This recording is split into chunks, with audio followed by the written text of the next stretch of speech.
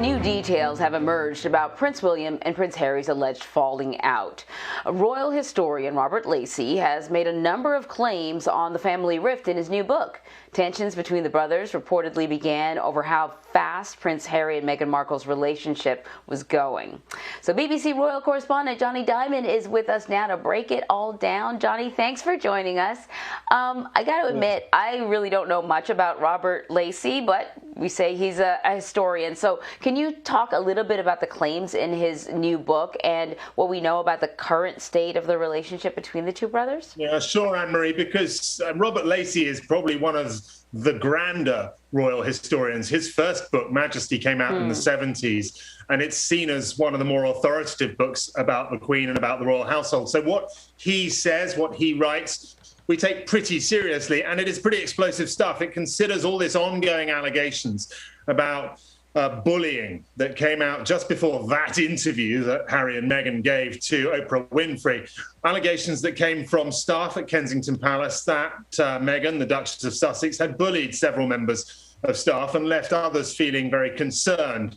Now, Robert Lacey says it was those bullying allegations that, when William heard about them, led to the end of the joint charitable foundation that the two brothers had, the foundation which they'd established with an especial aim towards mental health. That William heard the allegations, picked up the phone, confronted Harry. Harry was furious about the suggestion that his wife had bullied anybody. William then continued the conversation face to face, but when there was nothing giving, when nothing was evolving, he said, that's it. This foundation that we have together has to end. And sure enough, it did end, and they dissolved their partnership. Now, I've got to say, these stories all come from one side. These are clearly coming from Prince William's household, and there's been little new in the way of response other than obviously a denial from Harry and Meghan's side.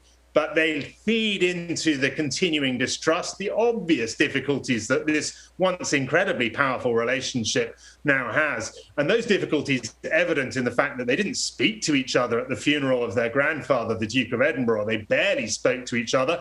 Again, something Robert Lacey says is because Prince William was worried that whatever he said would end up leaking once Prince Harry got home to California. Wow. It is so unfortunate, so sad to sort of see this relationship break down. They only got, it's only the two of them. Okay, let's talk about things that maybe are a little more uplifting and positive. Kate Middleton visited London's Natural History Museum to learn about their urban nature project. What can you tell us about this project? And is this something that the Duchess is passionate about? Well, the project is kind of what it says on the can. It's about encouraging nature inside towns and cities and establishing the kind of practical tools that people can use to both encourage the nature, but also to take a look at it, to understand it. And this was a visit to one of the grand museums of London, the Natural History Museum, that Kate Middleton, Duchess of Cambridge, obviously Prince William's wife, made. Now, you might think this is just a run-of-the-mill visit. It's something that she does. There's a whole range of interests, but it's not. It's part of an evolving and linked set of interests. Kate put a garden into the big gardening show in 2019, the one that's held in London in the Royal Horticultural Society. She made a garden of her own, designed it herself. So she was already interested in gardens that could operate in an urban setting, but it also fits into her big interest, her obsessive interest, you might say, with early years learning. That is, learning for kids from really, 2 to 7 years old. She's just established a Royal Foundation for that. And of course, being able to enjoy nature in cities, in towns, she sees as a critical part of it. So it's a coming together of her interests and trying to build and, if you will, synergize those interests together. The Queen, this has been such a challenging period for her. Obviously, losing your spouse, your husband, is devastating. We just talked about the rift between her grandsons there. This is all happening with the backdrop of COVID and all the stress that comes with that.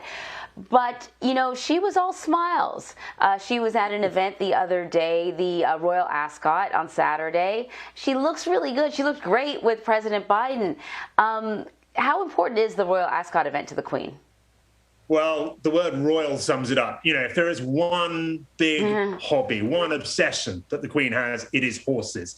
And Royal Ascot is the premier horse racing event of the season. She normally goes to, if not every day, then most days on the 5-day event. Last year, it was held behind closed doors, obvious reasons. This year, they had 12,000 spectators in every day. And on the final day, she turned up. And I can tell you, the crowd surged to see her. And you're right, Anne-Marie.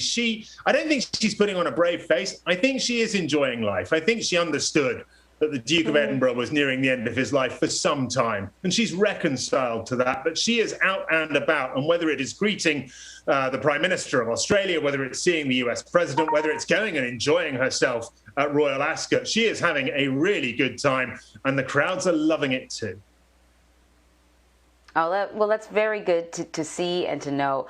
Jonny Dymond, always a pleasure talking to you. Thank you so much. Thanks, Anne-Marie.